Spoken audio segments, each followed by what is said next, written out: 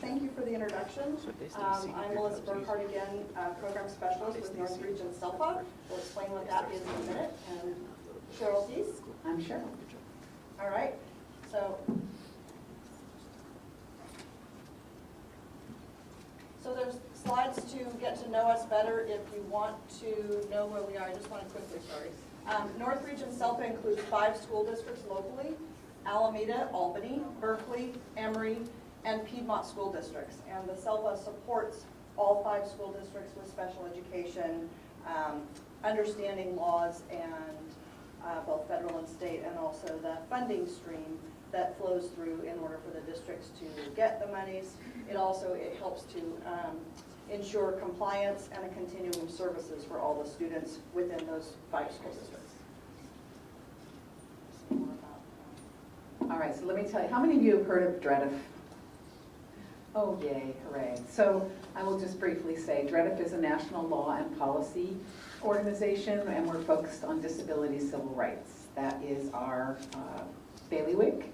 We believe that disability rights are human rights, and we take them very seriously. We fight on a number of fronts for those rights, including healthcare, education, certainly, transportation, but really anything that touches the lives of people with disabilities in this country.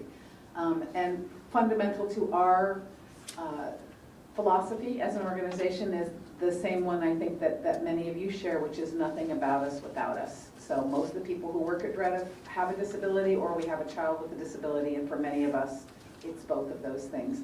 Where I work is the Parent Training and Information Center. We are actually funded by the U.S. Department of Education, and one of the things I want to be sure that we say as we get started is that Melissa and I come from sort of opposite sides of this process, because she is often working with school districts, and the SELPA's administrative role is to really assist the special education departments in doing their jobs and getting the money and solving problems. And I often represent the families, or professionals call us a lot and say, I'm working with a client and here's the situation and what can we do to help this family. But we're hoping to model for you that the process really works the best when we're working together. And a lot of the problems that go wrong have more to do with just the issues of trust and how to solve problems, and working together with goodwill and flexibility. And we can really save a lot of money and a lot of time and a lot of stress and aggravation if we just keep doing that. Okay? All right, so Melissa's going to start. Actually, no, I'm going to start. We're working through who's doing what slides. Let me just talk about what we're trying to have as outcomes for the day. We want you to understand, and I'm hoping we're not going to get too technical, and I really want you to raise your hand, please, if you don't understand the acronyms or we start sounding too formalized. We want you to follow this. And like any other organization or structure, there's a special language, and we start using it because we forget that you don't know it. So please, if we're being unclear, tell us. But what we want to do is go through just, what are the ways to handle disagreements and complaints, and then spend really some time about how to avoid even having to get to that spot. Does that make sense? Okay, so when things come up in special education, how many of you have ever sat at an IEP meeting? Too many to count. Okay. How many of you don't know what an IEP meeting is? Anybody? Okay, so when students are eligible for special education and they have an IEP, we have these meetings. Sounds like everybody knows what they are. And we have a lot of stakeholders at the table. We have parents, we have professionals, we have teachers and school district folks, sometimes outside experts. And it's about something that is critically important, which is how do we improve outcomes for this individual child with a disability and make sure that they have a future that is meaningful and where they can actively participate. So it's a big thing that we're working on. It's not just, oh God, it's the annual IEP meeting, let's just go through and check off the boxes and sign things off and we're done, like as if it's an administrative process. It's really important. So emotions can run really, really high, especially when disagreements come up. One of the things we're going to talk about all through this presentation is that, conflict is just part of life. there's always conflict, there's always disagreement. And the question is, how do we move forward from there? So the big ways and types of complaints and disagreements when it comes to special education are as follows. And there's no quiz after this, okay? So just listen. The first is, hey, the district or the school didn't follow the actual legal requirements. They're out of compliance. Here's an example. My child's IEP has special education services for speech and language, okay? I just found out in the meeting that the speech and language therapist has been on maternity leave for 6 weeks. My child didn't get their services. The IEP is a binding legal document. The services weren't provided. The district's out of compliance. So one option that you have is to go right to the state and say, the district didn't follow the laws. I signed an IEP that said this much service would be provided and it wasn't. So that's one pathway to solve problems, is to go right to a state level complaint. Oh, there we go, okay. The next thing that can happen is that we can have a disagreement. Okay, so a typical disagreement might be, I want my child to stay in the general education classroom, and with that one-on-one aid, and the district is saying, well, you know, it would be better if they were in a special day class. Or I want my child to go to a special school for children with autism. No, we want full inclusion. That's the model that we use in this district. So now you're at you have a disagreement. And when that can't be worked out, and again, the whole presentation today is about having to avoid going here if you can, but if that can't be worked out, parents always have a right. And let me just back up and say, when I say parents, I mean the person who holds education rights. That might be a grandparent or a relative caregiver. It might be a court-appointed special advocate for child in foster care, or someone even that the school district appoints when there isn't anyone. But when I say parent, I mean the person who's the legal decision maker. So the Office of Administrative Hearings is like a court with judges. And when you guys cannot reach some resolution in the IEP meeting or through the processes we're going to talk about today, parents always have the right to file for a hearing and ask a judge to make the decision. And there's a lot of steps along the way in that process, but that's the ultimate outcome. And finally, the third pathway is sometimes the issues aren't about a disagreement, and they aren't about compliance, that they didn't follow the law. They have more to do with disability discrimination. And here's an example. Every year our school does a 3-day outdoor environmental education program. Your child with autism can't come because they would need a one-on-one aid the whole time. That's not legal. That's disability discrimination. All the other children in the school have the opportunity in the 4th grade to go on this trip, but not your child because of their disability. So when it's an issue around, I think what's happening here for my child is that they are being discriminated against because of a disability. They're being overly suspended for behaviors that are really related to their disability.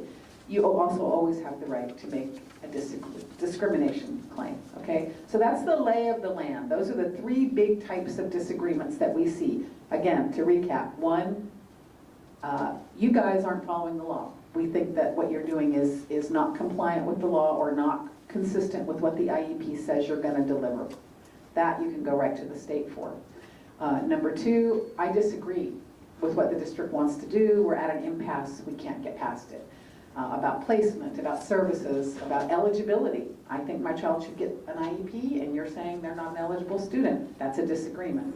That goes to the Office of Administrative Hearings in the form of a due process complaint. That's the fancy language for kind of a trial.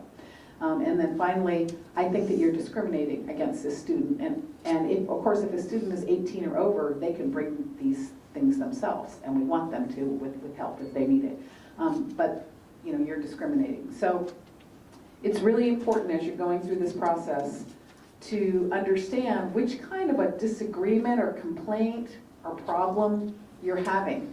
And I bet you can figure out that sometimes it's more than one. There are times when you're going, is this a disability, discrimination issue, and a disagreement that I need to go to a hearing about? Which thing would be the most efficient way to handle this kind of problem? And that can get kind of tricky. What we want you to remember is that all of this starts with all of these rights and these options about solving problems with IEPs start with parents knowing what your rights even are. And I don't know about you, but one of the things I see go wrong very, very often in IEP meetings, and it's a what we like to call a structural problem because it's a function of time. People are in a hurry. There's a lot of people at these meetings and everyone wants to get it done, is that very often the parent rights aren't reviewed. So parents are coming into these meetings and they have no idea really what their rights are.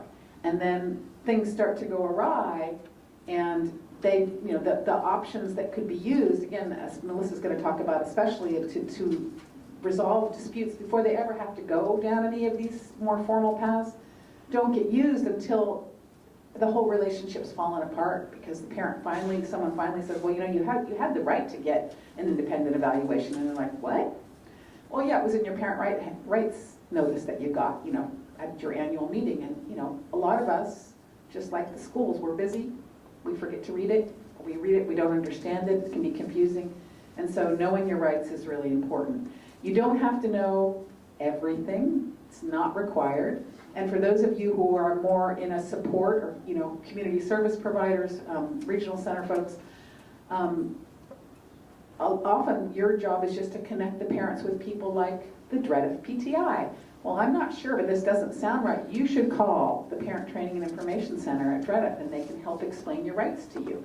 And that's, very, very important. You can call the SELPA, which stands for the Special Education Local Plan Area, SELPA. Every district and charter belongs to one in California. And say, is there somebody there that can help us, run this IEP or handle some problems that are coming up? So there's ways to resolve this. But you do need to know these basic rights. And I'm not going to go through them. I just want to say we do free trainings at Dredif a couple times a month on different topics, and we cover a lot of this. But knowing, for example, everything that's in your child's file. So if you're working with a family, for example, you could say, well, you should call Dredif, but I know the first thing they're going to tell you to do is get all your students' records. And they have a sample letter right on their website to get them. Why? Because if you don't know everything that's happened, for example, issues around restraint and seclusion, issues around testing, information about discipline, and how many times a child's been out of the classroom, for example, but maybe not formally suspended. So if you don't know that that's been happening, it's really hard for you to know how to navigate and move forward. So the records are how you get them. The fancy, everybody knows what HIPAA is, right? Anybody here not know what HIPAA is? I do. Thank you. HIPAA. So HIPAA is the Healthcare Privacy Act. And it's the thing that keeps your medical records confidential, except under very specific circumstances, like when a warrant is served or something. And so schools have an equivalent law to that. It's called FERPA. It stands for, you don't have to remember it, the Family Education Rights Privacy Act. And this is a really important law that protects your students' confidentiality and your own if you're over 18.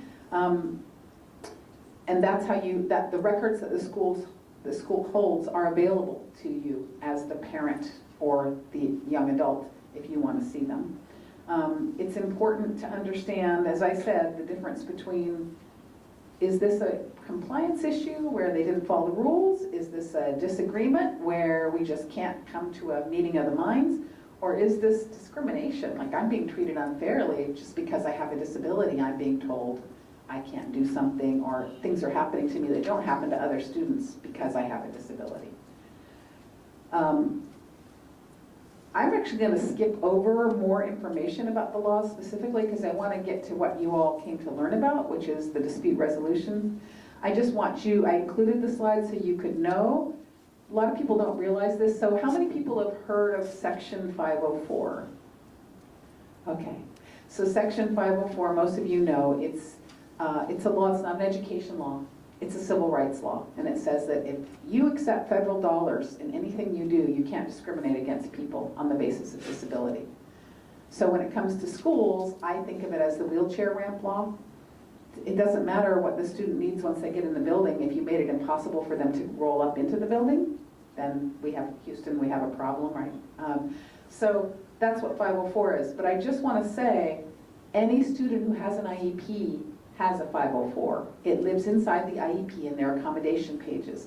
So a lot of times when families are like saying, well, no, I don't have, these aren't 504 discrimination issues because I have an IEP. My student doesn't have a 504 plan. I just want to remind you that all students who have an IEP are protected under 504. Okay. Can I piggyback in there? Yeah. So I think of 504 as, again, Cheryl said, it's the civil rights law. So these are so that you're not being discriminated against because of a disability. It's really about access. Do you have the same access as everyone else? And you should. Anybody with a disability should have that access. So we want to make sure that people have access to all the things that all the other students have access to in those classrooms.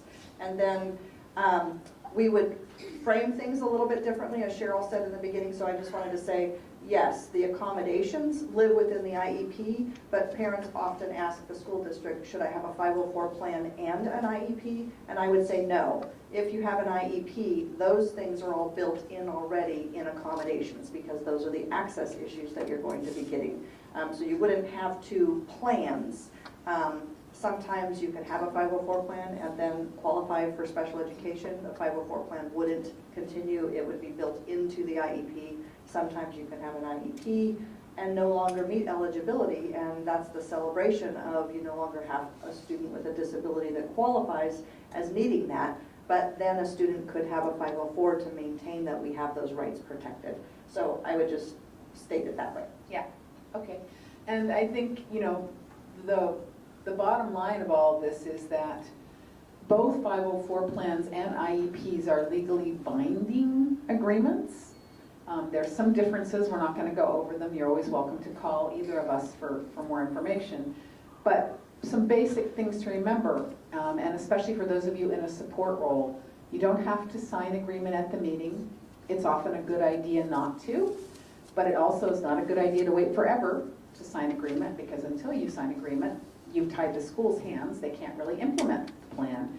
And so the most important thing as we start to get into the meat of how do we handle disputes without having them go down these paths that kind of escalate the situation and make you feel uncomfortable when you walk into the school district, that everybody's sad and angry and struggling. One of the things that you need to make sure of is that you understand what you're signing, because every single day at my job I get a call from some parent who says, I signed an IEP, how do I unsign it? I just realized there's an error, or I just found out there's something in it I didn't agree to, or something went wrong. And I can help families do that, but it's much better not to sign it to begin with than to have to undo a signature. But also it's important to know that you can partially agree.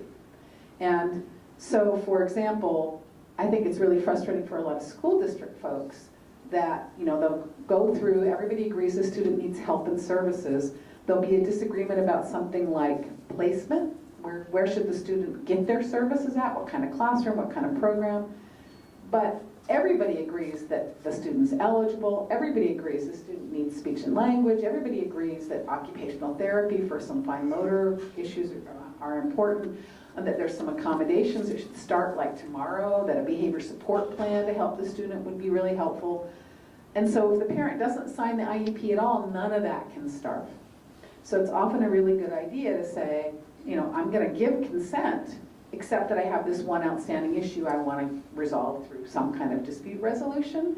So just for all of you to know, whether you're a parent or a person with a disability yourself, or a support person, that it is possible to just agree to the things you agreed with. And if you don't walk away with anything today from me, I want you to know on our website we have sample letters for almost everything. And one of them is how to sign partial agreement. Just an example of a good letter a parent wrote, so we just stripped it and made it anonymous. So you can look at that, so you can model letters like that. And I think it's a place where professionals can really be helpful, helping the parents sort through what the issues are. And well, wait a minute, do you really want to say you don't agree with the IEP? What about eligibility? If that sounds like you agree that he should have an IEP, well, let's at least agree to that. Okay, so I'm going to turn it over now to Melissa to talk a little bit about conflict resolution just at the lower levels, but I just wanted to give you that broad overview so that you understand. Just to recap again, there's 3 basic ways to resolve problems. One when they didn't follow the rules, one when you have a disagreement, and one when you think there's discrimination. You want to know what you're signing, and if you don't agree with it and you can't sign it, you have the right to try to resolve these issues before you sign it, but you also can give partial consent. Yes? You talked about access. Is it access just to the area that the student will be in, like the classroom, or is it access to the entire school? It's access to everything the school does. It's access to the after-school program. If, you know, the other students, if there's a school-funded after-school program and your child has, you know, diabetes and only diabetes support, then it's a 504 issue. It's access to the school play that happens at night, and your student's medication wears off. And so, you know, the question of just, and people are like, well, that they can't participate because their behavior's out of control, and you're like, but it's related to a disability. So access means any activity that for which the agency or entity is taking federal funds. So you're all covered by 504 when you work for the county. We're all covered by 504 when we go into places that are, you receive federal funds. The Social Security office, you know, recently we had an issue where DREDF got involved systemically because, you know, the counters were too high. That's an access issue. So 504 applies in lots of settings. It's just that in the school district setting or in the school setting, we've created these 504 plans as a way to document and memorialize exactly what the accommodations and supports are going to be. It's also true that students with the 504 plan are eligible to receive both special education and general education accommodations and supports if that's what removes the barrier for them to participating. So for example, for my young child, you know, having access to some mental health care at school, she doesn't need an IEP. She stays in the general classroom, she's participating, she can engage in the curriculum, she's doing okay, but she needs access to mental health support. She had a lot of early trauma coming out of foster care, and so she needs to be able to get that support at school. That's what removes a barrier for her. So she doesn't need special education, but she does need access to those services. So before we move on from that slide, I would also say that backing up to general education when we start, we can always have accommodations in the classroom, so the teacher, the general education teacher, has the ability to make accommodations for any student, whether they have special education, have been identified with a disability as a 504 student or not. So the general education teacher is making accommodations all the time, and a behavior intervention plan could also be part of general education even before getting to identifying a disability. But going back to your question, academic and those extracurricular activities that the school is doing, all of that the student should have access to. So we want to make sure that the student isn't discriminating. As Cheryl said earlier, if there's a field trip and kids are going horseback riding, but the student has an orthopedic impairment, that shouldn't prevent that student from going on the field trip and doing whatever that student can to be able to engage with those activities. Maybe it's a special chair that goes on the saddle. Maybe it's, we don't know, but it's our job to figure out how does that student have access to the same activities that everybody else is doing. And so we want to make sure that we're looking at all areas. And again, it goes back to, as Cheryl said, whatever the school district is providing, then it has to be for all kids. Football games, soccer games, plays, any of those sorts of things. If the student can access and can benefit from that, then the student has to be able to be a part of that. If it's a after-school program that's paid for by a different, the facility, Boys and Girls Club is using this facility space and it's not related to the school, that's a different question, but it's certainly a conversation to be had with the school site as they're going into those programs. There's a couple of points on this slide that I just wanted to make sure to reiterate. That parts of the IEP can be implemented and you can sign to agreement of those parts and take the IEP home to share with your significant other or a friend or an advocate or anyone. Or the student. Or the student. But making sure you go through that IEP and understand it, and also sometimes the IEPs are in draft form and the staff doesn't have everything prepared because you're working together to develop that IEP. So you want to make sure that you have all the parts before you sign an agreement to that. just so that you know what you're signing and that what happened at the meeting is what you believe you were a part of. So making sure you get a copy of that. And then there's a piece on here that says you can qualify for an independent education evaluation at district expense. If there's a disagreement in assessment, that's a right that you have. And also, if you wanted to record the IEP meeting, you have the right to do that. It requires a 24-hour notice to the district, so there is not a surprise about that. The district would then also have the right to record that meeting. And I want to add just real quickly, just to be completely clear, that 504 rules about access, to your point, apply to any entity that takes federal funds. So if charter school is a public school, repeat after me, the charter school is a public school. They're subject to all of these laws we're going to talk about. But private schools generally are not, unless they take federal funds in some way, like participating in the school lunch program or something. So it's often heartbreaking for me when families call and say, my child attends, the local Catholic school, and, they're discriminating against my child, and I have to say, you don't have a lot of leverage here. And even the Americans with Disabilities Act, which provides access, for people in the country that is even private schools are covered by the ADA. They're not if they're religious schools. There's an exception. So it's important because sometimes as families we're choosing these alternative educational settings because it seems like it's the best fit for our child, and that's always your right. But you do need to understand what you're also giving up in terms of access to some of this stuff. Okay? That's a question. If you wanted to get an outside evaluation, say an evaluation was done in the public schools, and you don't agree with their evaluation, you got it on the outside, is there a timeline that the district is supposed to abide by? So Because there you are, lose a lot of time there when you're are- getting. yes, there are processes that need to be in place, so you don't have to tell the district why you disagree. It's often helpful to help the district to understand why you disagree with their assessment. The district has to have had the opportunity to assess in that particular area, so sometimes we go into special education and a student has certain areas of suspected disability, and the district will do an assessment on that, say language or learning disability, and motoric issues were not described at that first assessment. If the family comes in and says, I want an occupational therapy assessment, and the district hasn't already done that, the district would say, we want to be able to do our own assessment before we pay for that outside. But if for that first piece of the assessment, the language piece, the specific learning disability, if the family disagrees with that, they have the right to ask for an outside assessment, which we call an independent education evaluation, and that would be covered at district expense.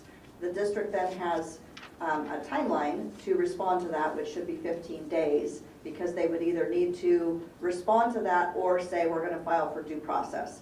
Typically speaking, and that's sort of a structural piece that follows the assessment plan. An assessment plan wouldn't necessarily be offered, however, if an independent education evaluation were moving forward. What would happen next is the district would work with the SELPA policy and say these are the criteria for which the district will pay for that. So the person who's being asked to do it has to have the same credibility and credentials as the staff would in the district. So it can't be apples to oranges, it has to be apples to apples, if you will. But then they should move forward on negotiating who is that going to be without delaying any time. There isn't a specific timeline for that, and the IEE private sector providers aren't necessarily held to the 60-day timeline because sometimes that can't happen. So that's, as a practice, no longer the district doesn't have an assessment plan that follows the 60-day timeline, and the private provider, as long as the parents and the district are agreeable to using that provider, isn't necessarily held to that 60 days because sometimes that can't happen. But it's about negotiating that and working in the good faith effort of doing it as quickly and as expeditiously as you can. Clearly, if there's a question about present levels of performance and what we both see in terms of eligibility or need, we want to make sure that we're moving as quickly as possible to get those next answers, because sometimes it's about disagreeing with even that first level. And if assessment drives goals and goals drive services, if you're still back here, you really can't talk about services very easily. Yeah, and I want to echo what Melissa is saying in that one of the most common disagreements we see in the realm of developmental disability, for example, is the district saying, we don't see autism. And the parent will say, but Stanford University has medically diagnosed my child with autism. And there's a real misunderstanding about the fact that a medical diagnosis and an educational evaluation aren't the same thing, because there has to be educational impact, and the school district has to be seeing it. And so sometimes, especially for higher functioning kids, they find all kinds of ways to adapt, and you know, they're not looking like they need a lot of extra help at school, at least at that particular point in time. So an independent educational evaluation can be helpful because it's looking again at the educational piece, but giving you a second opinion of somebody who's not necessarily affiliated with the district, who can take another look and see. So it can be a great way to bring a third opinion into the process and move forward. And just to model for you how good people who like each other and are reasonable can disagree, just to go back to something you said, if for example, you as a parent said, I want my child evaluated in all areas of suspected disability, and one of the areas I really think my child needs evaluation is mental health. And the school says, oh, well, we don't do mental health evaluation until after we find out if they're, for educationally related mental health, until after we find out the student is eligible for special ed at all. So we'll do that later. Then sometimes the due process decisions have been that the parent is entitled to an independent educational evaluation, even though the district didn't do it the first time, because they should have. They had an obligation under something called Child Find to assess in all areas, and the parent alerted them to the need, and they failed to do it, and therefore they have that right. Regardless, what usually happens when everybody's working together in goodwill, and that's how it's supposed to be, and I've seen it work, and when it does, it's a very effective process, is that the parent says, well, you know, I told you I'd find motor concerns. Now we're at this eligibility meeting, and you know, I'm really concerned, and you know, the teacher's saying she sees problems, and you guys didn't do an evaluation, and often the district will say, okay, well then we'll do an evaluation now, but in the meantime we can start some OT services while we're figuring out where we're going to go from here, or even provide those services just because they're considered necessary to meet the other needs of the student with a disability. So when the meeting process is happening as it should, a lot of these things that probably sound very litigious to you and formal, and we're sitting here like, you know, splitting hairs over what's legal or not legal, it doesn't have to come to that. We don't want it to come to that. What we want is for that child, and that's what everybody at the team wants. When I'm sitting in an IEP meeting, I have said many, many times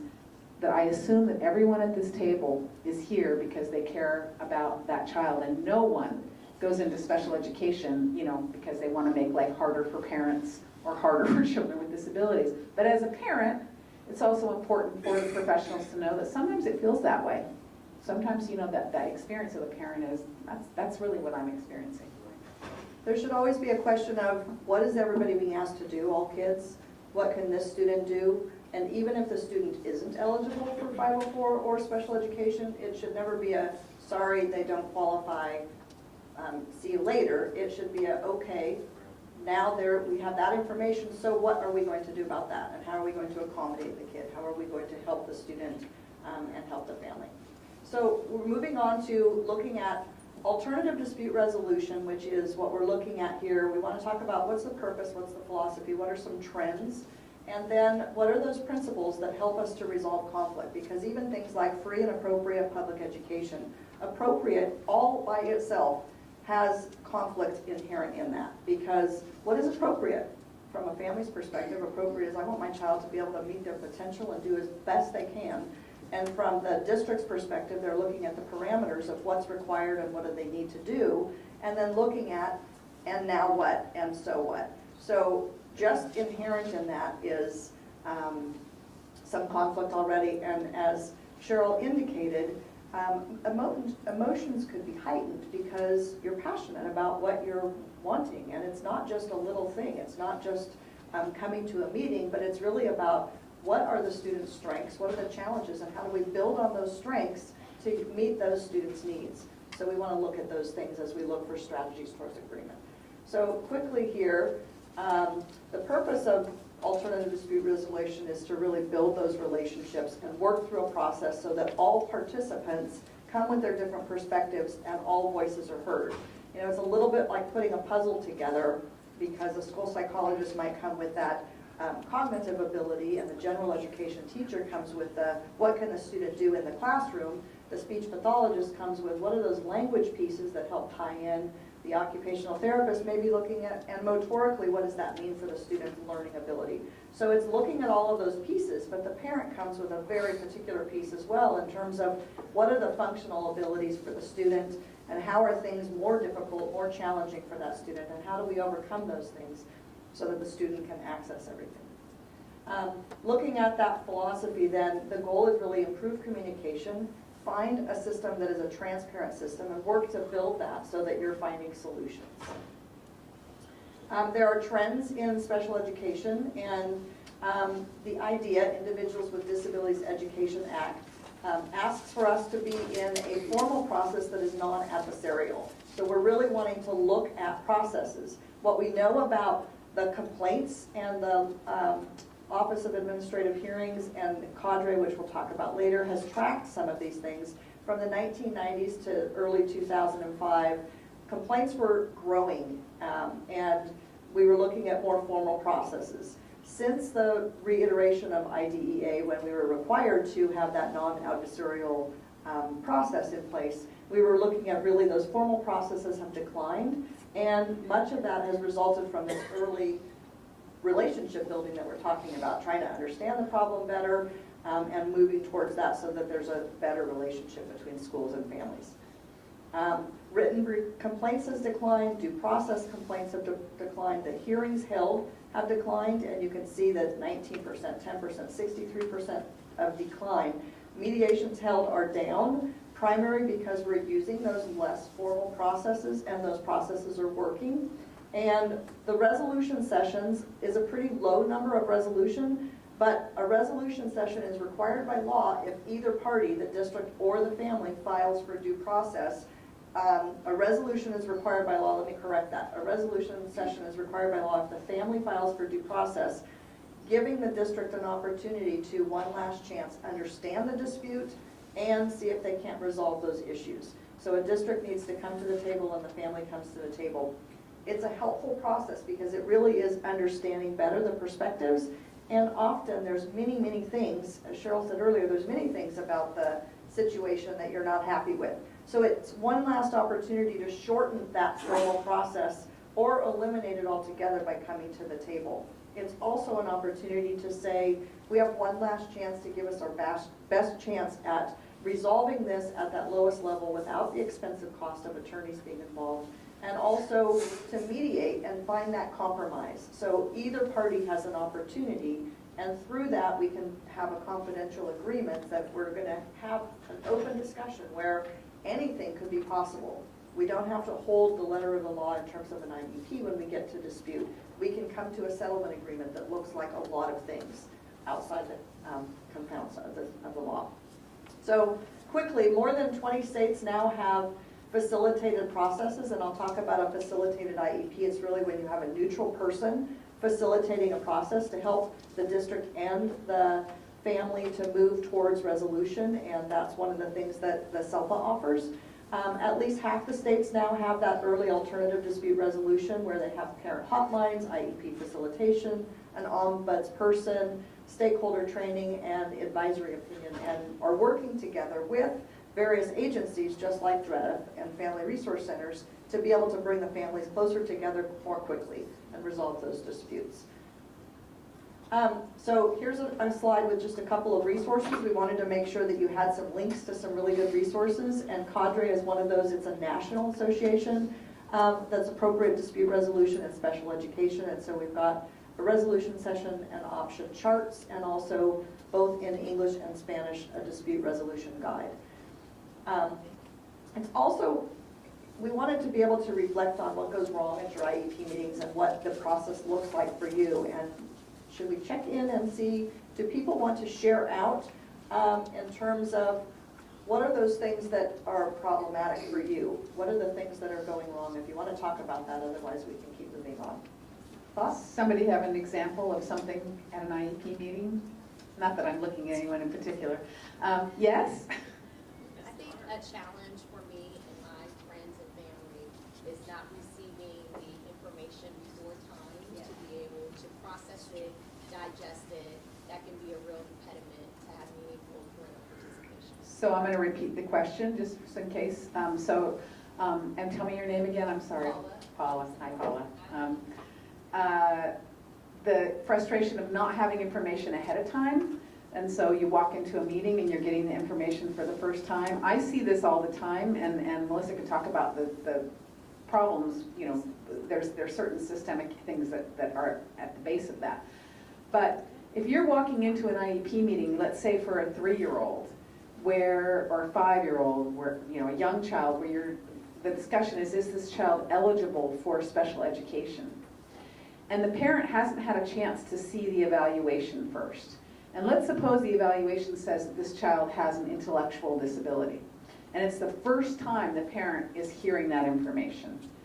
They're gone. They open up that and they hear the words intellectual disability, and they're processing intense emotions, and their thoughts are racing about what. They may not disagree with that. I mean, they may not agree with that. They may also think maybe they'd suspected it, but they weren't sure, and now they're, you know, just grieving and struggling and trying to understand. And so the meeting isn't a very effective meeting because the parent is processing the report and not really participating in the process. And one of the fundamental cornerstones of the special education law is meaningful parent participation. So it's really frustrating. And at the same time, and I'll let you talk about this, there's also times where, I mean, the school district's up against very tight timelines. There's a huge shortage of special education, especially teachers in this state. Often the report, you know, I will look it up in the document just so you know when it was created, and I see 2 a.m. the night before, like somebody was trying to get this thing done before the meeting the next day. So, you know, it's really difficult, but as a best practice, I think we would agree. Yes, absolutely. I would say 95% of what we do in terms of IEPs with families goes really well and is easy. 5% of those things, and when you know that things are going to be difficult, or that their family is feeling particularly anxious, or it's new news, or there's already been some sign, red flag of some conflict, those are the situations where we want to go above and beyond the law and see if we can't get those reports to families ahead of time, go over them with families, have the school psychologist reach out and either meet with the family prior to coming to the table, or have the parent receive it and go over it with them on the phone. So any of those sorts of things is really helpful, and I think if we know about it ahead of time, it's easier to plan for that. As Cheryl said, there's timelines and things, but within 60 days, oftentimes we have a little bit of time, a wiggle room of a week or two. So if things could go home earlier, if we can plan our meetings sooner than when the IEP is actually required, we don't want to be non-compliant by moving beyond our timeline, but working with the families to know ahead of time what we need to do for that. But yes, it's very helpful to have that go home so that you have a chance to digest it and understand it. I like to work with staff and liken it to, say we go to the generalist and we have a doctor complaint, and we go to our general doctor and say, I have some issues and I want to look at these things, and they do some assessments, but they find not a lot of information. It's like going to the SST process with a general education teacher, and they say, well, let's get a little bit more information, and now you've got 3 or 4 different people assessing, like going to a specialist. So you go to your specialist, and the specialist does some tests, and then they have you in their office for a short half-hour, 45-minute session and say, here's what the information is, and they start speaking in medicalese, like we speak in jargon with special education legalese, and they say, okay, here's sign on the dotted line, and this is what the plan is. So I try to help staff to understand that this is a process that is difficult to sometimes listen to and hear, even if you agree with it, or thought and had a fear that that could happen. And then Cheryl mentioned the grieving process. We often have 2 parents that come in, and people are in very different places about how they feel about this process, about how they feel about hearing the news of a disability. So we can't even assume that they're on the same page. Sometimes parents will come in and they're in very different places just in hearing that news. So when we can know about that ahead of time, it's much easier to send it home ahead of time and build that relationship from the beginning. Talk about the law, talk about the process, what we're going to do. And then Cheryl mentioned earlier time, and we'll get to this, but often people say we don't have enough time. And I would say in this lifetime, all we have is time So if we don't have enough time today in this meeting, we'll promise you that we'll come back together and have more time later, and we'll work through the process so that everybody's on the same page and understands the information and can work towards those agreements. And I think I just want to add one more thing, which is that many of our families don't speak English as their primary language, right? And so for them, you know, the right to a translator or an interpreter, some of our families themselves have disabilities. And so processing this information ahead of time can also be an accommodation for the parent as well. So if you want the meeting to go well, making sure that people are really understanding the information is really critical. So there are a couple of hands there. Kind of connected with that. So I think the team is supposed to be a team and have discussion. And as a parent, what I find, I mean, it's varied in the different schools that my son has been in, but lately, more recently, and probably due to time crunch on the part of the teacher and professionals, go to the IEP meeting, and that's when normally we receive the progress report, a summary of what's going on, draft goals, and all of that, in my mind, then needs to be discussed to really then decide on the goals.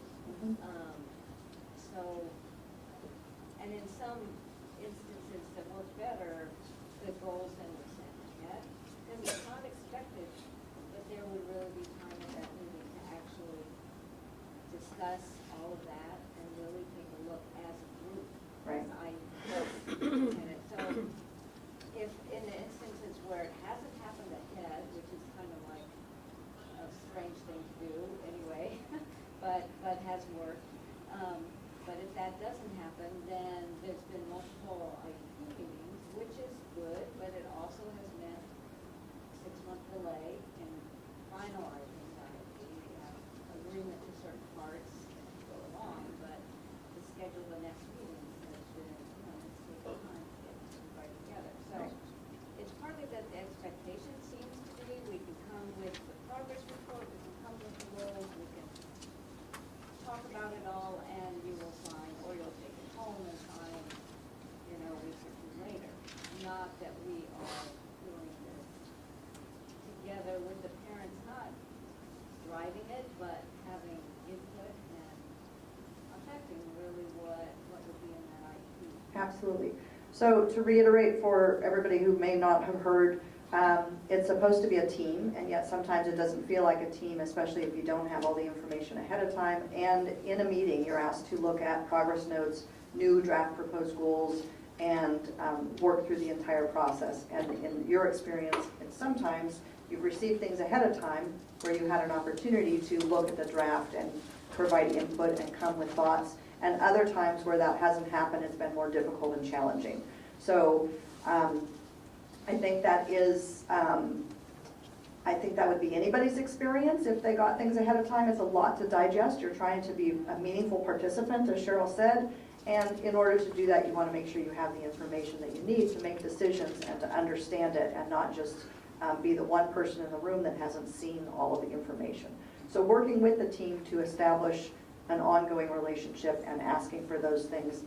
Let me just finish this one thought. The law requires exactly what you're receiving, but in practical purposes, it's easier to work together to get that information ahead of time and to make sure that you've asked for that. And when they can, it would be great, but as Cheryl said, sometimes people are working up till the 11th hour. Yeah, and I understand that. I think also one particular piece where I've also had trouble is transition plan, which I know is in the law, and what I get is very minimal and isn't really a plan for transitioning. It's template language. Yeah, I want to push on that every year, and So the transition planning is one particularly difficult piece of the process. I spend a lot of time working on transition plans, and please, if you have questions, call us at DREDF in preparation for a transition plan, because it's so important, and yet it's often such an afterthought. It's like it's just sort of thrown together at the last minute. things like, oh yes, we did an evaluation for transition, but what we did was we let the student do an online survey about what they like, and it's, they, as a result of that, they want to be a major basketball or a baseball player. I'm like, that's, okay, well, we need a little more guidance than that. The student is, a wheelchair user, for example, may not be a reasonable goal. But, to your point, one of the things that we see that hurts the relationship between the school district and the parent and just makes things more thorny, more difficult, is not giving enough time early enough. So in our sample letters, to kind of be proactive about this, we actually say, I'd like to have an IEP meeting to discuss my student's transition plan. I don't want to discuss anything else. I want this to be a meeting just focused on the transition plan. And I really would like to ask for an hour and a half, because I don't think we can get through everything we're going to need to get through unless we can do it. Because otherwise, what we see are meetings sometimes scheduled like from 7:30 to 8 a.m. Or meetings where the one required team member, like a general education teacher who might be fundamental to the process, comes for 5 minutes, signs in as if they're there, and then the bell rings and says, oh, I have to go to my class now.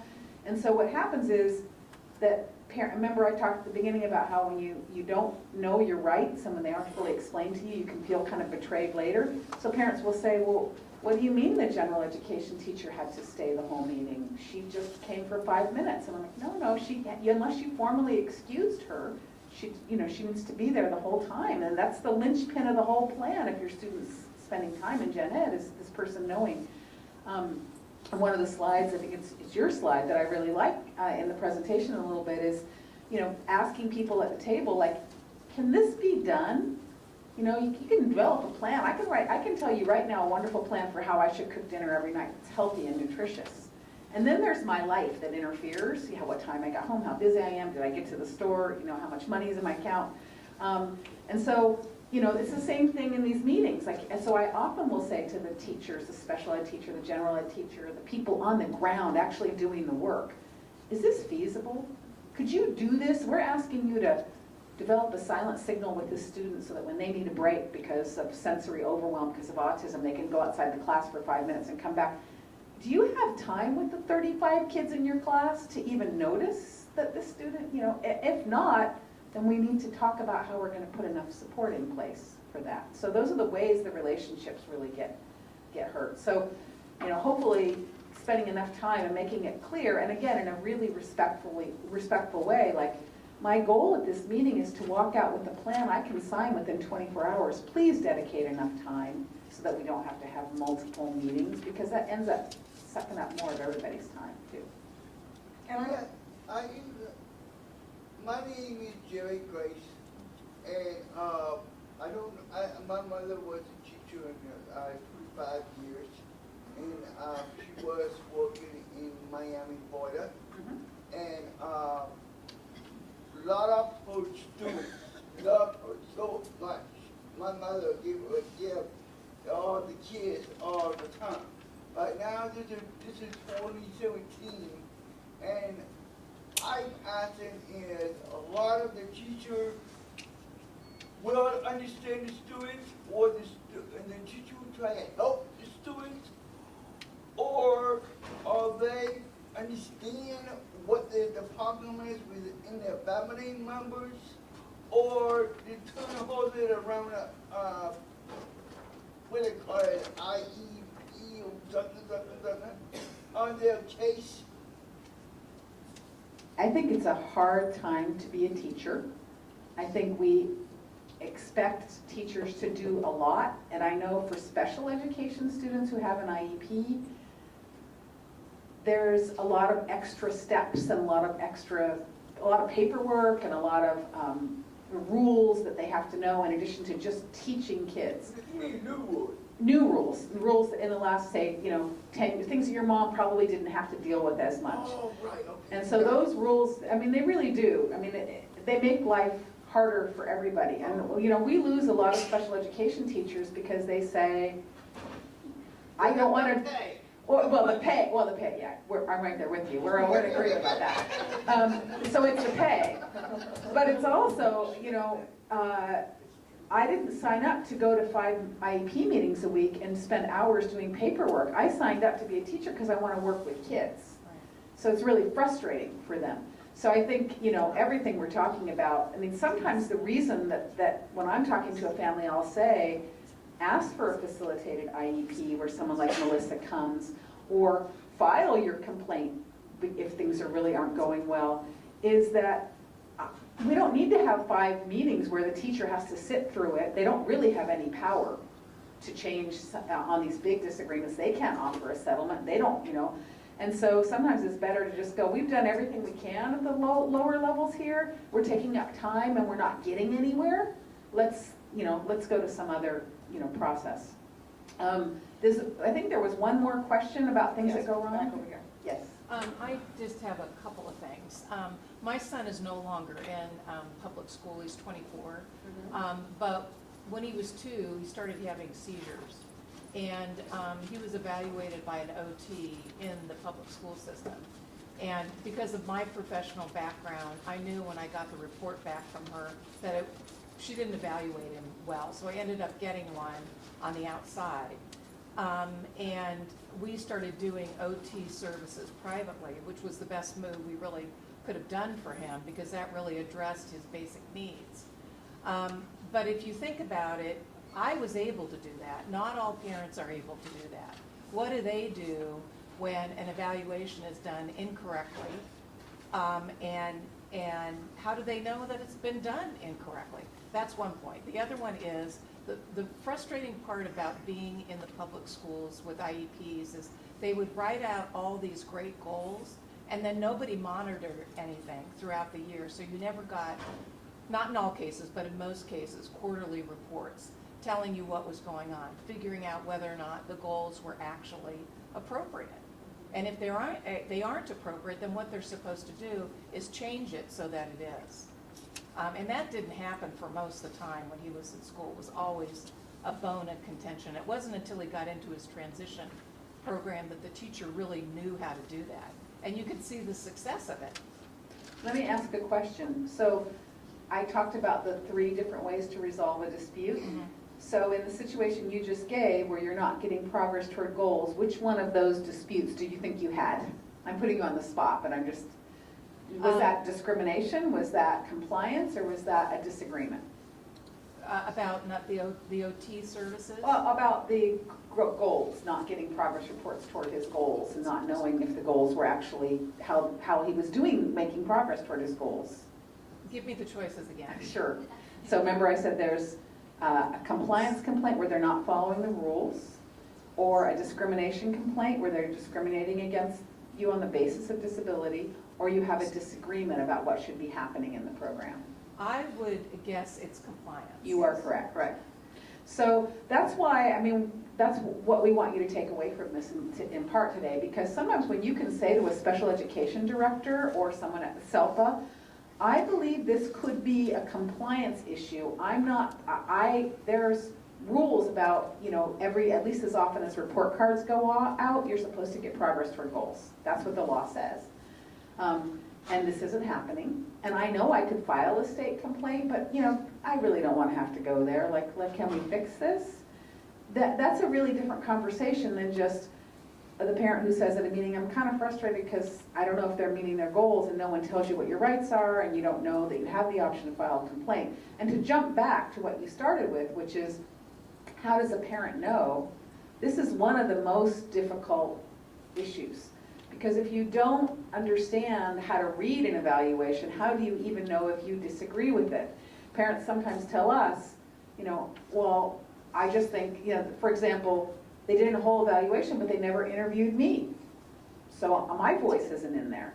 Well, that's, clearly not a very good evaluation, because the whole process is built on information from a variety of sources, including the parent. But it's also why we exist, and it's also one of the functions of the SELPA as well, is that you can say to families, yeah, this is a complicated process. There's all kinds of jargon and stuff. Just know, you can call this place DREDF. They do free trainings every month about what your rights are. They'll explain it to you. You can call and talk to an advocate and have them, walk you through how to prepare for a meeting or what to do after a meeting if you don't agree. You can call the SELPA, and I'll let you take it. So I would just piggyback on that to say, the law has gotten better, I think, at helping to structure what the expectations are for all of us over the years in terms of helping families to know, excuse me, that they have to file for whatever the complaint is with all of the information there, and that a resolution session is needed. But it's also helped with all of the timelines and the IEEs and the non-adversarial nature. So I would say over the years it's gotten better in terms of what does staff need to do. We also have agencies that for free will provide services to families and be a resource, which is really helpful.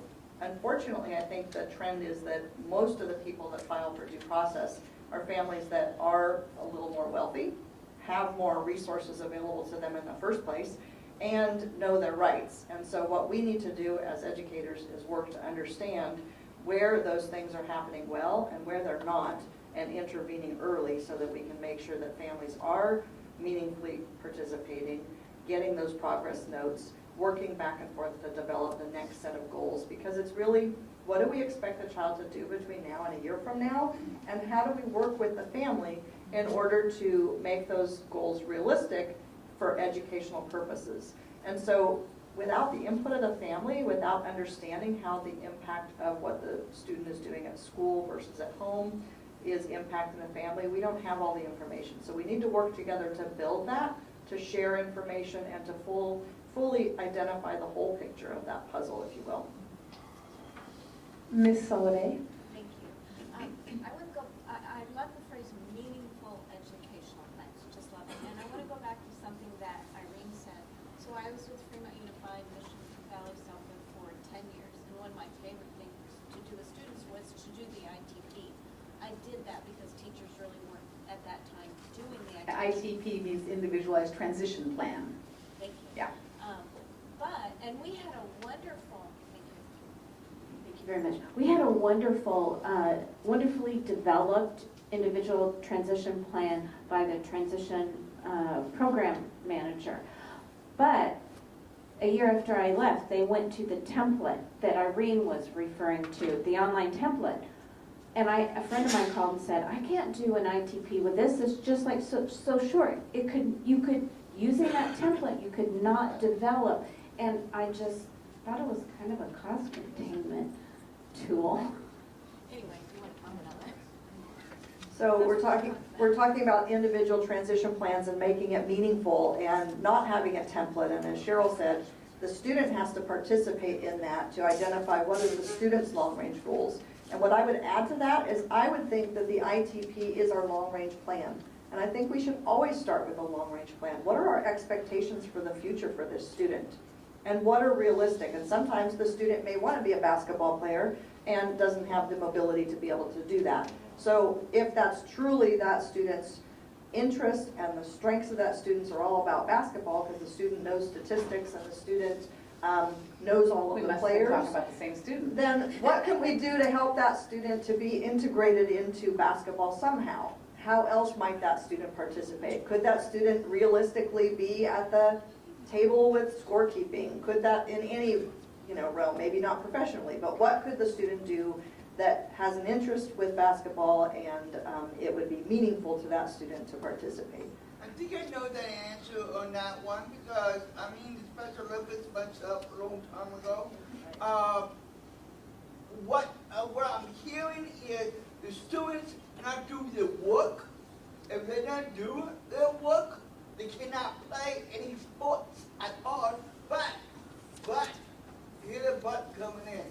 You gotta follow what the teachers say. You not do the test, or if they're not pass the test, you will not play at all. You will feel bad, you will feel terrible. But in the PE, I remember I played kickball, I played softball, I played a lot of the sports. I was in my school and Davidson School in Atlanta, Georgia. That helped me a lot of work, and we did play a lot of sports. What happened now is different than what I was around in Georgia, and in my school is special. And that's in Davidson School and closed by Jimmy Carter. Well, let me interrupt you for a minute and just say this. I think if if you were in school and you loved sports, you know, and that was your favorite thing, then when we're building a transition plan for that, for a student like yourself, we might say, no matter what else we do, this student always wants to be involved in sports. So it might not be your profession, it might be something that you do, but we always need to be thinking about how to make life meaningful and fun and exciting for a student. And so that's what the transition planning process is supposed to do, and it's really very frustrating for me that, I took a call yesterday from somebody who said, I was told, and you know, this is a parent who doesn't like to make waves, and you know, there's a lot of, remember, cultural issues at play here too. Who will fight? Who won't fight? Who stand up? Who doesn't stand up? For a lot of, for example, at Dreddick, we've noticed for a lot of our Asian families, it's not a teacher has such a place of honor. It's not considered appropriate to challenge a teacher and so on, and so things can go wrong. And so this parent said, I was told that my student has to come off diploma track. They can't be working toward a diploma if I want him to stay in special ed till 22. Well, that's factually incorrect. You can work on your diploma, and the only way you exit special ed is you turn 22, or you earn the high school diploma, or you're exited because you no longer need it, or you know, the student, or college, or whatever. But so in this case, you know, the student was being told, and the family was being told, you have to choose. And for this particular family, and this was an Asian family, the most important thing of all for them was for the student to get that high school diploma. It was very meaningful, and the student was capable of getting a high school diploma.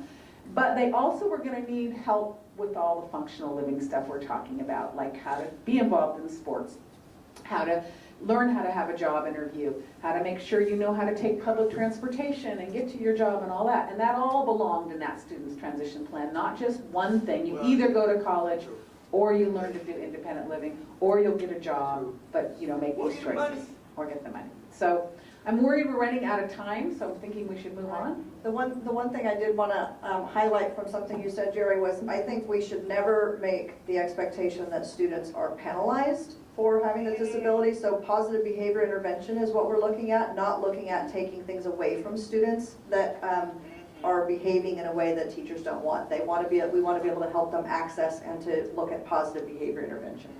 So this is all what we've been talking about, is thinking about our current practices. So we're going to move on. So a couple of points. I don't know that let's go back just a second. So let me just hit a couple of the, we want you to be proactive. We want you to be prepared. We want to give you the tools to be able to work through the process. We also want to remember that it is a process, and there are all kinds of procedural requirements that people are having to follow, and we want you not to take things personal. So first of all, we both agree, document. Make sure you have all of the information that you need, and when you're having conversations, talk to people, get their name and number, follow through with them, ask that they follow through with you. Putting things in writing is going to be the best way. So asking for something, put it in writing. That way you have some substantial way to go back and say, on this day we did this, and this is what I've asked for, and you can track that. Ask for the district to put it in writing as well, so that when they respond to you, you have something again that is meaningful and you can hold on to. And we had a slide in here that was working with, at the lowest level of interest, work with the teachers and work your way up through the process, so that if you're looking at site principal or special education administrator, working through those chain of commands, if you will, to try to keep that resolution at the lowest level, but also recognizing that sometimes there's somebody called an administrative designee at that IEP meeting, and that person is supposed to have the ability to commit resources on behalf of the district.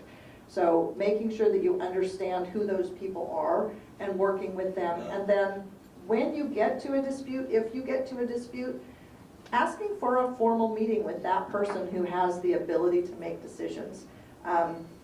Previously, I was the executive director of special education with one of our local districts for 5 years. And I always appreciated when people would call me and say, I'm at that point. And rather than threatening a complaint or threatening a filing or something, trying to just work it out, and just for me to understand, because often I wouldn't be at those IEP meetings. I wouldn't understand the communication or miscommunications. I didn't know all of the dynamics of the process because I wasn't there. So helping the person before you even get to a dispute place to understand that you are at that point where you're about to draw a line in the sand and you're frustrated with the process. To be able to engage with that person in a way that's meaningful to you, to just say, here's what's going on. And sometimes it might be helpful to bring somebody else to that meeting, somebody that's from the outside, so that you have some other set of ears and somebody that helps you to be strong in those meetings to say the things that you need to say. Do you want to talk about some of the things in this slide, Cheryl? I want to just race through a couple of important points, and we tried to make the slides a little bit self-explanatory, so in all of your spare time you can read the presentation, but also just know that you can call us with questions. Okay, so but remember, there's just some basic rules here. One is something as simple as what time of year you're asking for something can matter. So when it's May and you've reached that line in the sand where you're like, my child has to have a one-on-one aid in the classroom, the behavior issues are getting him in trouble a lot, he's being pulled out, he's unhappy, the teacher's unhappy, this isn't working, it's really tricky for a school district to hire a one-on-one aid in May. For 6 weeks you're going to hire somebody, and sometimes the budget is, you're at the end of it for the year. So we're telling people, if the problems are coming up, deal with them sooner rather than later, because once you reach the point where you're ready to just lose it and start threatening and get angry, and I've been at many a meeting where people have behaved badly, parents and school district, and it's really unfortunate when that happens. So being able to say things like, with all due respect, I have to disagree with you, or I'm sorry, I'm really angry right now, I need to take a break and calm down, I need 5 minutes, I'll be back. And those are things that can prevent it from becoming this, real escalation where everyone leaves the meeting just feeling kind of sick to their stomach and upset that things didn't go well. And the other thing is that sometimes the issues have more to do with maybe people just aren't trained. I see this happening a lot, that the aide didn't get the training they need to understand something like the needs of how to support a student with intellectual disability in the general ed classroom and deal with frustration. Maybe the training, I often say this, I feel like students with disabilities, it's often like you're only allowed to have one thing. I have a son with autism, he's 20, and he has mental health needs, and he has autism, and he has attention issues. And so it's almost like, well, everything's about the autism, and it was amazing when we started to realize, no, he needs mental health support at school too. Hello, you can have autism and be depressed. Anxiety is often something that comes along with it, and it should be addressed as a separate issue. So this lack of training and understanding can really be part of the problem, and so sometimes that's the thing you want to hone in on. And then finally, and there's a bunch of points here, but the one big one is, when you really aren't sure, when they say, well, we're sorry, but we don't do that. That's what parents will tell me. I was in the meeting, anything, like, I'm sorry, it's not our policy to provide a one-on-one aid. We think the child should be in a special day class. That's an example. Okay, so often, what I will say then is, can I see your written policy, please? I need to put my eyes on it. And often there isn't a written policy. And what's happened is, or we're not going to evaluate your student unless you go get a medical diagnosis or go to regional center first and tell them to evaluate and then come back to us. So we just say, where's the written policy about that? And then they'll say, well, I don't know. And then what we realize is it's a bit of a district folklore. It's been passed on. People really believe it. They're not lying to you in their mind. They really think it's true, but they are incorrect. And so getting those kinds of things cleared up can be really important. And I would just add to that again, the person that may be able to help make a resolution happen and do more about that may not be at the table. So you want to make sure that if you do get to a place where you feel like you're stonewalled or staff isn't working with you, to again go up that chain of commands, because there is never a time where I would say assessment is not appropriate. If people feel more data is needed, it is so much easier to have assessment and to be able to talk about the data, because we should be making decisions from that set of data. And if that data isn't the whole picture, and Cheryl and I are in a meeting and I think I have all my answers, but Cheryl doesn't have her answers yet, then more data is needed so that we can go to the table. So sometimes that second opinion, so that the team can consider all of that, is what we're really talking about. You need proof. Proof, yes, exactly. Believe you what you say. you want data. I never say what you say, you're lying, but you really say the truth, but not really believe you.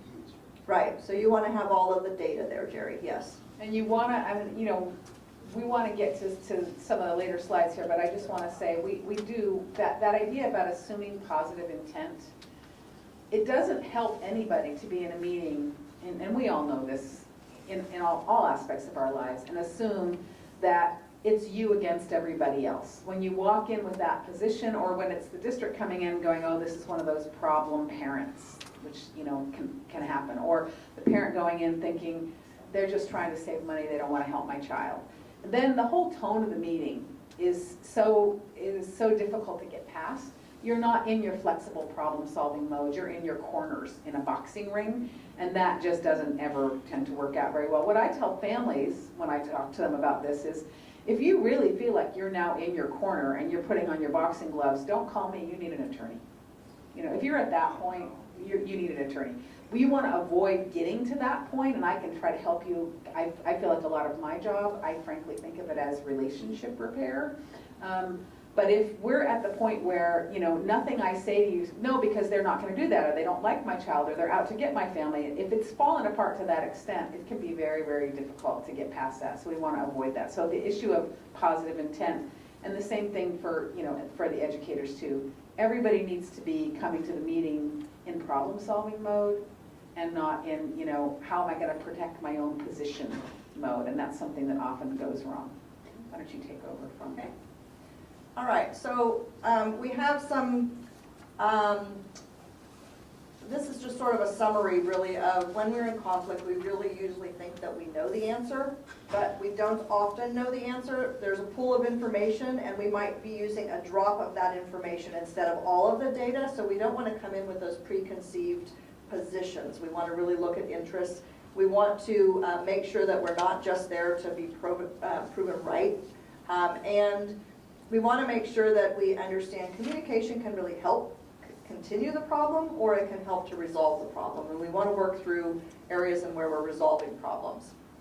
So conflict does have a purpose. We want to be able to clarify the priorities of the team, look at what are the hidden agenda issues or hidden issues there are, build trust within the team, and really allow a place for there to be a safe release of emotions.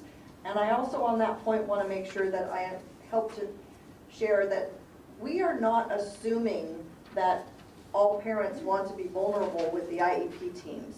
You're there, and it's something that is passionate, that is something that is sensitive, and it's something that sometimes is intimate. And we want to make sure that we're going through those emotions together to be able to get to that next best place. But it's also important for us to recognize that parents don't always want to share all their feelings with the IEP team as they're going through that too. So getting to a place where you can find, who can I trust in this, and establishing a relationship with somebody to really build those positive interactions.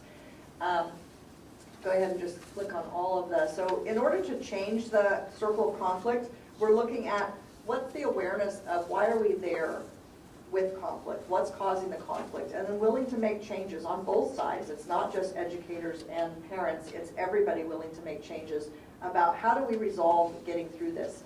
And then what skills do we need, or support do we need, a facilitator or something like that.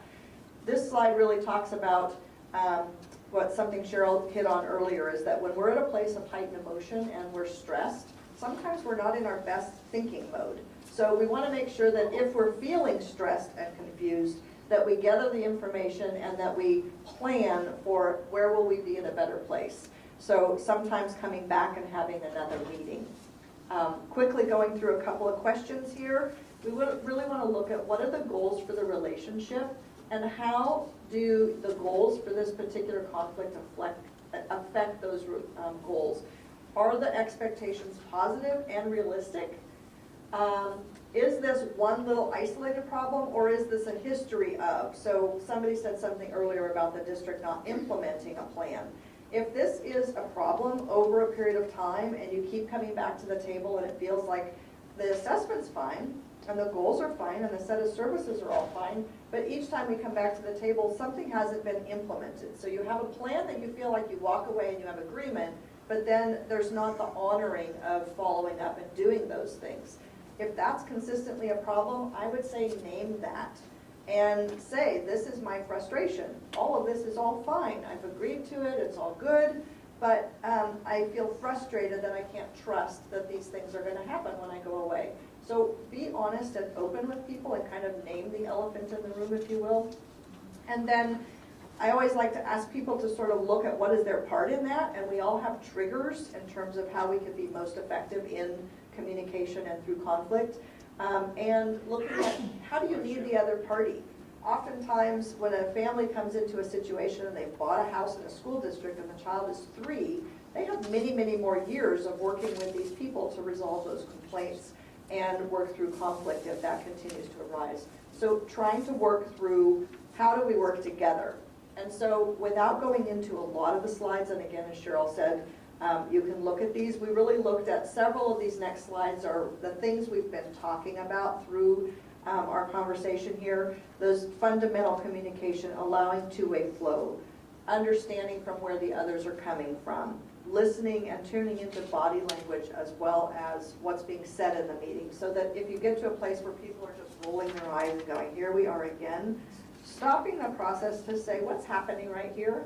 And there's a slide a little bit further along of kind of where are we, where do we want to go, and how are we going to get there? Sometimes I think just looking at processes to slow it down and really name that we're at a point of dispute. Where are we? What's happening in our process? Where do we want to go together? We want an IEP that can be implemented when we leave. What do we need to do to get there, and working through that? So as we put together the slides, there were several things in here that we've already said, and you'll go through those. Do you want to hit on any of these, or? So I just, there's a few key phrases that I use a lot, and I thought I'd share them with you because I have the gray hairs to have earned how to handle some of these conflicts. For example, it's really different if you think about it in any meeting that you go to when you say something like, what are you talking about, or what do you mean, versus saying something like, can you help me understand? Can you give me an example? Please help me. Yeah, can you please help me? Or, I'm really confused, or, I'm not understanding where you're going with this. Can you, what do you think, what function? Explaining it fully, that's right. And so, just understanding how to be in the process, and I have parents sometimes just have the questions in front of them. One of the things I tell people to do to prepare for a meeting that might be a tense meeting is create a parent agenda and give it to the district ahead of time. Give it to the case manager or the person who's organizing the meeting and say, these are really the hot button issues I want to walk out with some resolution about. And sometimes it's really okay to hear the word no, because it helps you know that you need to now escalate. You need to go and take next steps. And I think the term Melissa uses, I like it a lot, which is, what was it? What did you say? This isn't our last stand. Are you really willing to fight to the death on this one? Or is this one that you can let go? For example, with my son at some point, we had this conversation about should he get one-to-one occupational therapy or should it be delivered to him in a group? And I'm like, he doesn't like working in a group, he's unhappy, he's going to be distracted, it's not going to be the right thing. And the district's position was, the small group will be better, and we can, he can practice social skills at the same time.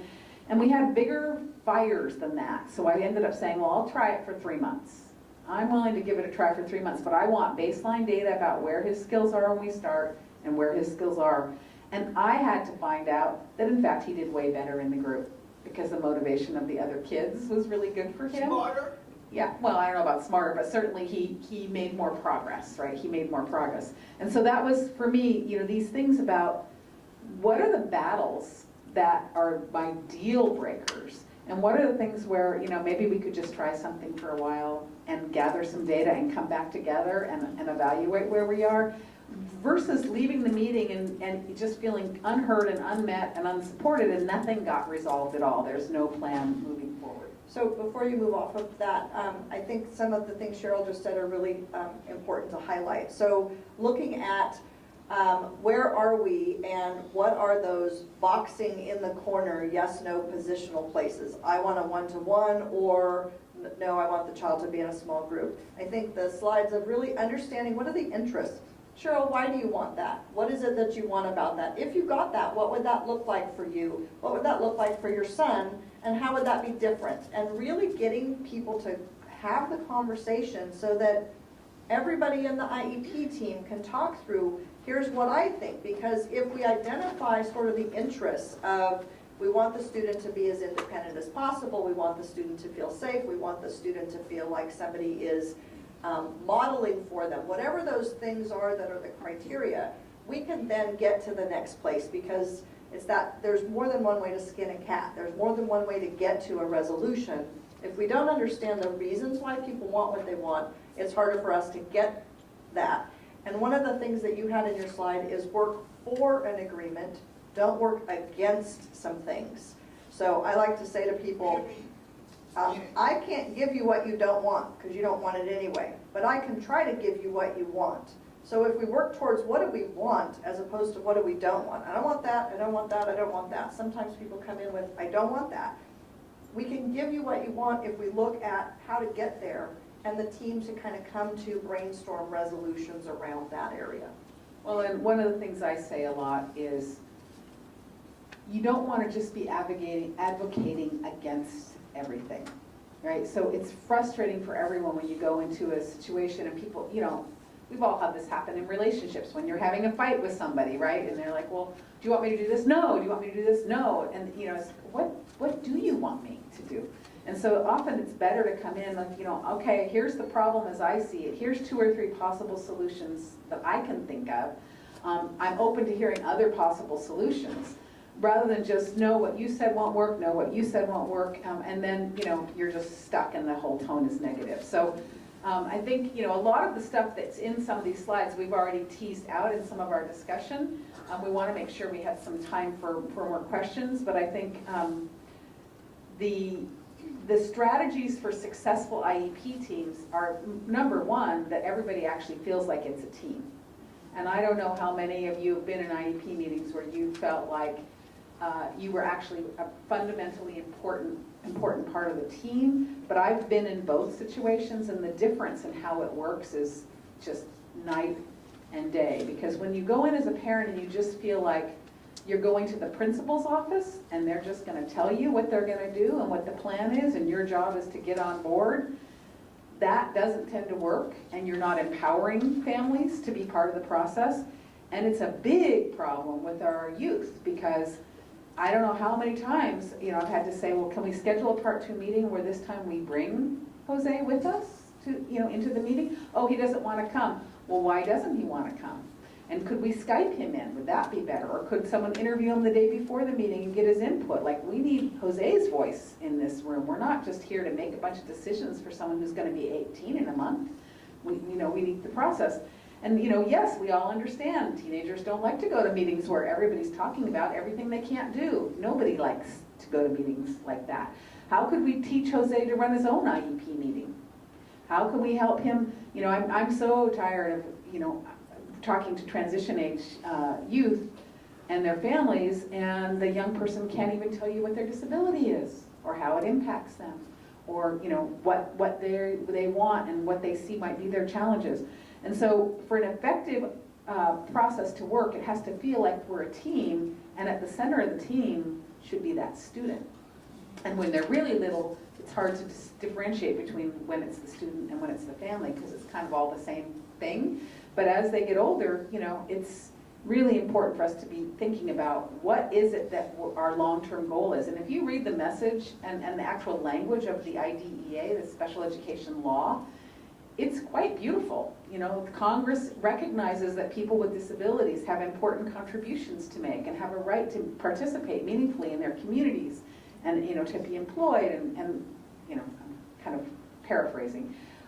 It's not just students have a right to go to school and be let in the door and they can sit in the class with everybody else now. That's not what the law was written to do. It was written to improve, as a part of our national policy, to improve our outcomes. Yes? I'm coming from a suggestive point of view regarding, because the position I have is I'm a client rights advocate. I am an advocate. I live with the disability while I have seizures, and I've been through the situation of what my parents thought I was going to do. 30 years ago. When I was 35. The point I'm getting at is your issue of what is Jose gonna want? The suggestion what he's doing is just trying to find someone who is like I am. And have them talk to Jose as the client, meet peer-to-peer person. Then, however, that's got the capability not to go into that deal. I seem to have the ability of bouncing back and forth.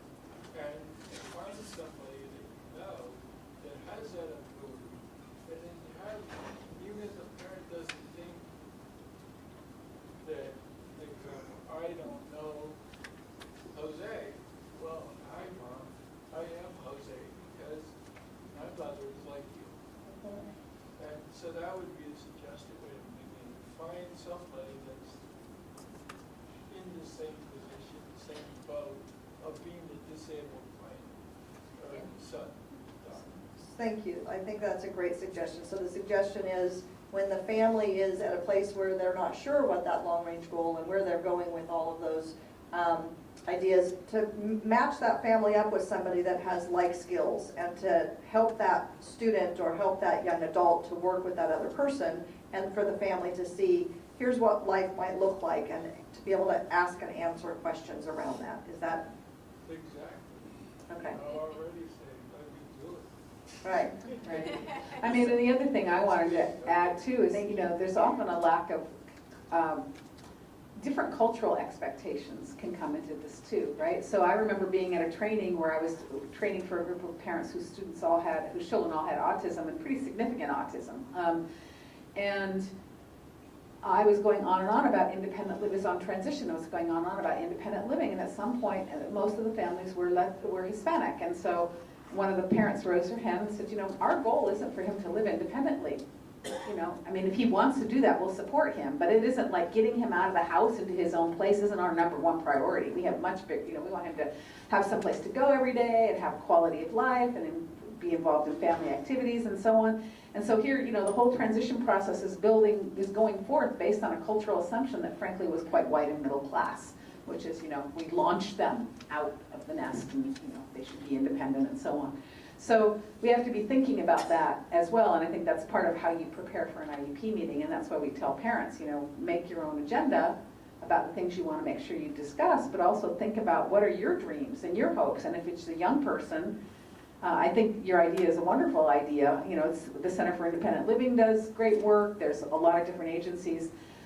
There's you know, advocacy, Yo Disabled and Proud. There's the Autistic Self-Advocacy Network. There's all these organizations that have sprung up in the last 10 years where we can connect young people to people who are a little farther ahead on the journey and help them kind of understand what their options are in a different way. Because one of the things my son, and I'll stop talking with this, is, you know, now 20 and fully employed and doing great.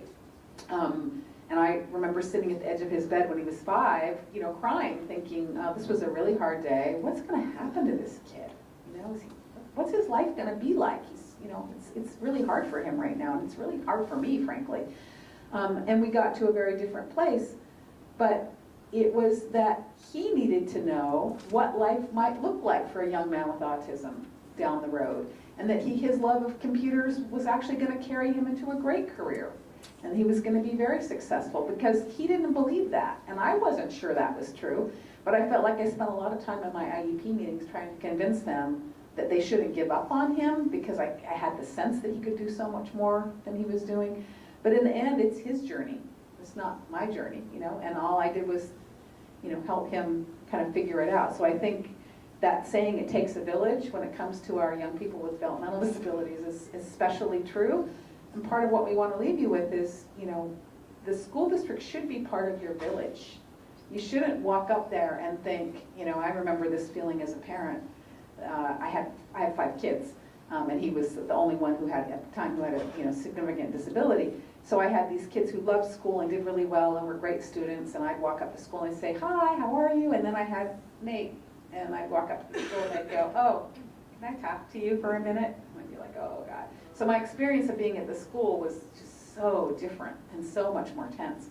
And that impacted how defensive I was in meetings and so on. So much of what we need to do has to do with just from like the day one of preschool or kindergarten, feeling like, you and your child are part of the school community, not that family, that child, that set of problems, that bunch of costs, that burden, that stress for the teacher, because I think that's where a lot of things go wrong. And I don't know if you want to. Just a few things to wrap it up. I think several of the slides here, and we're passing through slides, but several of the slides that we put together, we have some prevention tools, building the agenda, knowing the desired outcomes ahead of time, knowing what those meeting norms are for people working together, because when we get 5, 10, 15 people in a room at the same time, and people come from different perspectives, we want to be able to say, we're going to not interrupt each other, we're going to ask questions for clarification, we want to be able to summarize things, we're going to build an action plan, and all those things that we put over in a parking lot, we're going to address them at some point in the meeting so that we all have the same expectations leaving the meeting.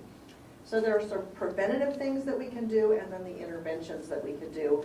And the interventions, it's like wearing a tool belt. And you have your screwdriver, and sometimes you grab that, and whoops, that's not the tool I needed the hammer. And so knowing when to use those tools, but tools in IEP meetings are often the questioning strategies, the building relationships, the how did we get here? What do you mean by that? All of those sorts of things. So we want to just empower you to be a part of the system, to feel like you are an integral part of that process, and to also help the staff to know when it's not working for you, because it really does need to work for you. This is your child and you're making the commitment. While we build consensus and we're looking for those small agreements, Cheryl said, can I live with this for 3 months? This isn't the hill I want to die on. Can I try this on for size? We were looking to build those agreements and build consensus, but it really is about, at the end of the day, there's a district's decision on what they can do moving forward, and there's the family's decision on can they live with that. And that's what gets us into one of those 3 areas later on down the road in terms of compliance or a due process complaint or the feeling that you were discriminated. So again, it's empowering you to know your rights, work with the system, reach out to folks that can help you when you are needing that, whether it's the district director, whether it's the SELPA, whether it's DREDF. Reach out and get help. You don't have to take the journey alone. It's really important that you feel like you're supported in this process because it's complicated and it's complex. It's not easy at all. And we want you to feel like you're empowered in the process. So we hope this has been helpful today. We have time for questions and answers and can stay for that. And then you can see resources, sort of the bonus materials at the end of our slide to get you the nuts and bolts of how to reach out to some of these other agencies or where to get those resources. And we did include in the slides, for example, the forms. If you do want to file a complaint, it's really not hard. It's just an online form you can fill out and you send, there's rules about who you send it to. If you want to file for due process, that's much more complicated. We don't suggest you do that without the help of an attorney because the district will definitely have one in that situation. And to file a discrimination complaint, people don't realize you can pick up the phone and call the Office of Civil Rights in San Francisco, and they take those calls and they will start open a complaint if it sounds like there's a discrimination going on.